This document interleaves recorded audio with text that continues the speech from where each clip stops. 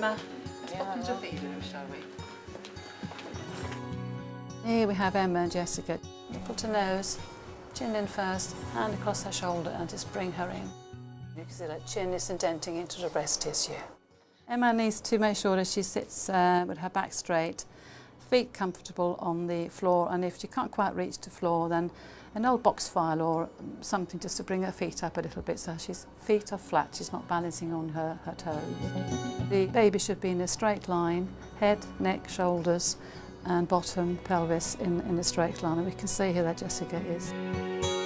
When the baby first goes on, the baby will need to pull and stretch the nipple right to the back of his or her mouth, so it's beyond the junction of the hard and soft palate. And a lot of women experience fleeting pain at that point, which is very normal, but it should go perhaps within half a minute. If it continues, then there's something wrong with the attachment, and then mum should have the confidence to take the baby off and then let her go.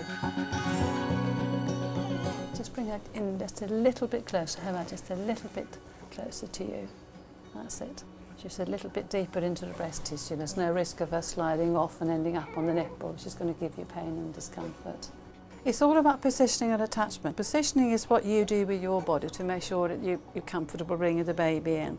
And the attachment is how you bring the baby in for a breastfeed. Baby should be drinking and swallowing, cheeks should be nice and rounded, bottom lip will be open, and there'll be more areola shown by the top lip compared to the bottom lip.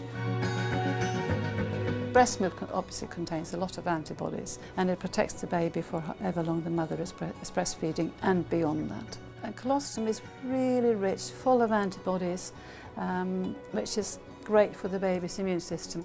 The baby has a very small stomach, about the size of a marble or just slightly bigger, so it will stretch gradually over the next couple of days, so it doesn't need huge volumes.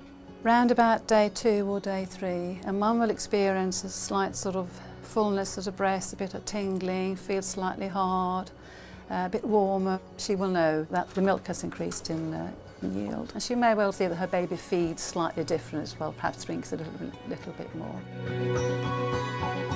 Engorgement generally means that there's something wrong with the attachment. There's a difference between engorgement and fullness. And full breast is when the milk is increasing in volume, and engorgement if the baby's not taking all of the milk off that they need to take off to make the breast comfortable.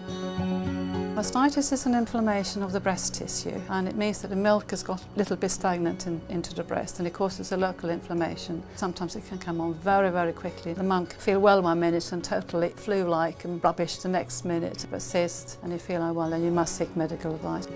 The Candida organism responsible for thrush likes a nice, warm, moist environment, which the breast and the baby's mouth provides. Thrush of the breast is quite common, and a lot of women with thrush describe soreness on the breast tissue itself, and it's there all the time. It's not just for feeding, so that's how we know that it's nothing to do with the attachment, but it might possibly be thrush. You can see that Jessica is stretching and ready to come off the breast tissue spontaneously. Brilliant. That was a typical sort of baby, having a nice feed, being very calm, and then fidgeting a little bit towards the end of the feed, and then stretching and then coming off. So she's self-detached and saying very clearly, I've had what I want from this breast at this particular time. Thank you very much, Mum.